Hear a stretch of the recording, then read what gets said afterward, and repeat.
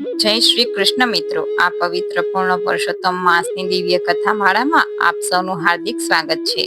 આજે આપણે સાંભળવા જઈ રહ્યા છીએ અધ્યાય 15 દાન ફળની વાર્તા। આ પવિત્ર અને પ્રેરણાદાયી કથા દાન, સેવા, નિસ્વાર્થ ભાવ અને ભગવાનની પરીક્ષાનો અદ્ભુત મહિમા દર્શાવે છે। આ વાર્તામાં એક ભક્તિમય પટેલની વાત આવે છે, જે પૂર્ણ પુરુષોત્તમ માસ દરમિયાન ગાડામાં બેસીને ગંગા સ્નાન કરવા માટે નીકળે છે।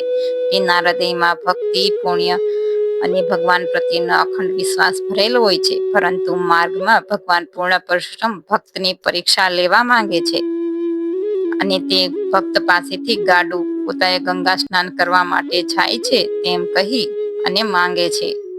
આ ક્ષણે ભક્તના હૃદયની સચ્ચાઈ, દયા, સેવા ભાવ અને દાનની ભાવનાની પરીક્ષા થાય છે। શું ભક્ત પોતાના આરામ અને સ્વાર્થને છોડીને અજાણ્યા યાત્રીને મદદ કરશે? શું તે ભગવાનને ઓળખી શકશે? આ દિવ્ય કથા આપણને શીખવે છે કે ભગવાન ઘણીવાર સામાન્ય માણસના રૂપમાં આવીને આપણા સદભાવ, દયા અને સેવા ભાવની પરીક્ષા લે છે। જે ભક્ત નિસ્વાર્થ ભાવથી સેવા અને દાન કરે છે, ભગવાન તેના જીવનમાં અપાર કૃપા વર્ષાવે છે। દાન ફળની વાર્તા માત્ર એક યાત્રીની કથા નથી, પરંતુ ભક્તિ, સેવા, દયા અને ભગવાનની કૃપા ચમત્કારિક ફળની દિવ્ય ગાથા છે। તો ચાલો મનમાં શ્રી હરિનું સ્મરણ કરીને અને ભક્તિભાવથી ભરપૂર થઈને શરૂ કરીએ આજની આ પવિત્ર અને કલ્યાણકારી કથા। જય પૂર્ણ પુરુષોત્તમ ભગવાન। અધ્યાય 15મો, પાવનધારા 15મી, દાન ફળની વાર્તા। રામપુર નામે એક ગામ હતું। ગામમાં એક પટેલ રહે। પટેલનું નામ દાના પટેલ, પટલાણીનું નામ શાંતા। સંતાનમાં એક પુત્ર। ત્રણેય ખેતી કરે, સુખે પેટ ભરે અને રાત સાથે બેસીને પ્રભુની ભક્તિ કરે। ત્રણેય મનના સાફ, કદી કોઈનું ખરાબ વિચારે નહીં। એમ કરતા પવિત્ર પુરુષોત્તમ માસ આવ્યો। પટેલ પટલાણીએ આજીવન વ્રત કરવાનો સંકલ્પ કર્યો હતો, પણ આ વખતે પટેલ પટલાણી વિચાર કરે છે કે આ વખતે તો ગંગા સ્નાન કરીએ। ગંગા સ્નાનનો મહિમા તો વેદો પણ જાણી શક્યા નથી। પવિત્ર માતા જેવી નદી, એમાંય અમૃત માસમાં ગંગા સ્નાન કરીએ તો અવતાર સફળ થાય। પટેલ તો જોડ્યા બે ગાડામાં ધરવખરી ભરી એક ગાડે પટેલ બેઠા અને બીજા ગાડે પટલાણી સાથે પુત્ર બેઠો। ચાલ્યા ગંગા નાહવા। પુરુષોત્તમનું સ્મરણ કરતા જાય ને રસ્તો કાપતા જાય। આમ અડધા રસ્તે આવ્યા। રોંઢા વેળાએ થઈ હતી। બપોર વેળા હતી। કડકડી ભૂખ લાગી હતી। એક ઝાડ નીચે ભાતાનો ડબ્બો ખોલીને ખાવા બેઠા। આ બાજુ ગોલોકમાં ભગવાન વિચાર કરે છે કે પટેલની ભક્તિનું પારખું તો લેવું જ, જોવું તો ખરો મારો ભક્ત કેવોક છે। આમ વિચારી ભગવાને તો સંન્યાસી વેશ ધારણ કર્યો અને આવ્યા પટેલ પાસે। દાના પટેલને એમ કે જંગલમાં રહેતા કોઈ સંત હશે, એટલે પટેલ તો ઉઠીને પગે લાગ્યા। આસાન પાથરી દીધું, પછી કહેવા લાગ્યા, મહારાજ, બપોર થયા છે, તમે ભૂખ્યા હશો, ભોજન કરશો? તમારી ભગવાન કહેવા લાગ્યા, હે ભક્ત, હું તો નિત્ય ઉપવાસી છું, મને ભૂખ તો લાગતી જ નથી। હા, તારે મને રાજી કરવો હોય તો તારું ગાડું આપ, કારણ કે મારે ગંગા સ્નાન કરવા જવું છે। ચાલીને જઈશ તો ઘણા દિવસ લાગશે। જો તું ગાડું આપે તો ઘડીકમાં પહોંચી જાઉં।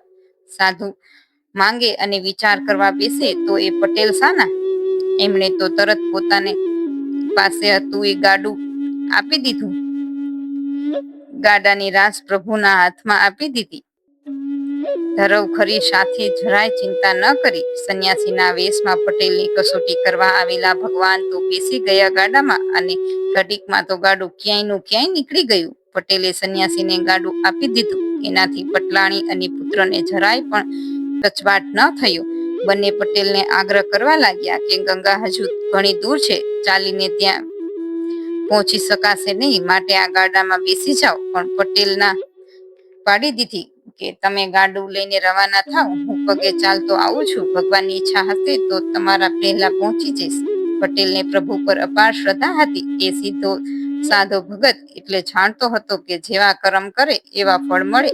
સારા કર્મ કર્યા હોય તો ભગવાન અવશ્ય ભલું કરે। પટલાણી અને પુત્ર જે ગાડામાં બેઠા હતા એ પણ જોતજોતામાં આગળ નીકળી ગયું। પટેલને એમ કે હમણાં ગાડા ભેળા થઈ જશે, પટેલ તો ઊંચા અવાજે ભજન ગાતા જાય અને પગ ઉપાડતા જાય. ધીરે ધીરે જંગલગાટ થયું. માર્ગ સાવ ઉજળ થઈ ગયો. રસ્તામાં ન મળે કુવા કે વાવ, ન મળે ફળનું ઝાડ. જ્યાં જુઓ ત્યાં ઝાડીન ઝાખરા. પટેલ તો ભૂખ્યા ને તરસ્યા આગળ વધતા રહ્યા. 3 દિવસની વીતી ગયા. પેટમાં અન્નનો એક દાણો પણ પડ્યો નથી. તરસના કારણે ગળે કાચડી બાજી ગઈ છે. શરીર થાકથી લોથપોથ થઈ ગયું છે. આંખે અંધારા આવવા લાગ્યા. ત્યારે પટેલ એક વૃક્ષ નીચે થાક ખાવા બેઠા. ત્યાં જ વૃક્ષ પરથી એક ફળ પડ્યું. ફળ પાકેલું હતું, પીળું ધરમક, વળી તરબૂચ જેવું મોટું હતું. પટેલ ફળ હાથમાં લઈને વિચાર કરવા લાગ્યા કે જિંદગીમાં કદી આવું વિચિત્ર ફળ જોયું નથી. આવું અજાણ્યું ફળ કેમ કરીને ખાવું? પટેલ તો ફળ સાથે લીધું. વિચાર કર્યો કે રસ્તામાં કોઈ મળશે તો પૂછી લઈશ, ખવાતું હશે તો ખાઈશ.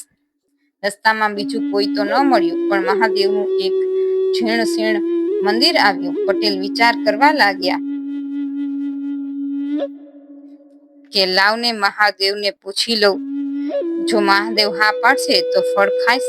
પટેલ તો ગયા મંદિરમાં. ભોળા હૃદયે મહાદેવને વિનંતી કરવા લાગ્યા. એમ કરતા 3 દિવસ વીતી ગયા. 6 દિવસના નકોરડા ઉપવાસ. આંખમાંથી આંસુની ધાર વહેવા લાગી. ત્યારે મહાદેવ પ્રગટ થઈને કહેવા લાગ્યા, હે ભોળિયા ભગત, પ્રસન્ન થયો છું. તારા પર ઈચ્છા હોય એ માંગી લે. પટેલ 2 હાથ જોડી ગળગળા અવાજે કહેવા લાગ્યા, હે ભોળાનાથ, તમારા દર્શન થયા, એટલું બધું મળી ગયું. હવે આવ્યા છો તો આ અજાણ્યા ફળ વિશે કહેતા જાઓ. ખાતા ડર લાગે છે. 6 દિવસનો ભૂખ્યો છું. તમે હા પાડશો તો ખાઉં. ત્યારે મહાદેવજી હસીને કહેવા લાગ્યા, હે ભક્ત, આ અજાણ્યા ફળ વિશે હું પણ કંઈ જાણતો નથી. માટે આપણે વૈકુંઠમાં ભગવાન પુરુષોત્તમ પાસે જઈએ. તું એમને પૂછી જોજે. તેઓ હા પાડે તો તું ફળ ખાજે. પટેલને આ બહાને વૈકુંઠના દર્શન કરાવવાની મહાદેવની ઈચ્છા હતી. પટેલ તો મહાદેવજીની આંગળી પકડીને આવ્યા. વૈકુંઠમાં ભગવાન પુરુષોત્તમના દર્શન થતા જ પટેલની આંખમાંથી હરસના આંસુ વહેવા લાગ્યા. લાકડીની જેમ પ્રભુના પગમાં પડી ગયા અને પૂછવા લાગ્યા, હે નાથ, 6 દિવસનો ભૂખ્યો છું. તમે હા પાડો તો આ ફળ ખાવ. ભગવાન તો પટેલના ભોળપણ પર હસી પડ્યા અને કહેવા લાગ્યા, હે ભક્ત, આ દાન ફળ, મહાપુણ્યશાળીને જ આ ફળ મળે છે. તું તારી નિરાતે ખા. તારા બારે કાંઠે દીવા થશે. પટેલ તો રાજી થઈ ગયા. ફળ ખાધું. ત્યાં જ એક ચમત્કાર થયો. પોતે સંન્યાસીને ધરવ ભરેલું જે ગાડું આપ્યું હતું એ ગાડું ત્યાં પડેલું જોયું. બાજુમાં બીજું એક ગાડું હતું. એમાં પટલાણી અને પુત્રને બેઠા હતા. ભોળા પટેલ તો ચકિત થઈને ભગવાનને પૂછવા લાગ્યા, પ્રભુ, આ બંને ગાડા અહીં ક્યાંથી? ત્યારે ભગવાન પુરુષોત્તમ કહેવા લાગ્યા, હે ભોળા ભક્ત, જીવ માત્રને કર્મ એવું ફળ મળે છે, કરણી એવી પાર ઉતરણી, જે જરાય ખચકાયા વગર સંન્યાસીને ગાડું આપી દીધું.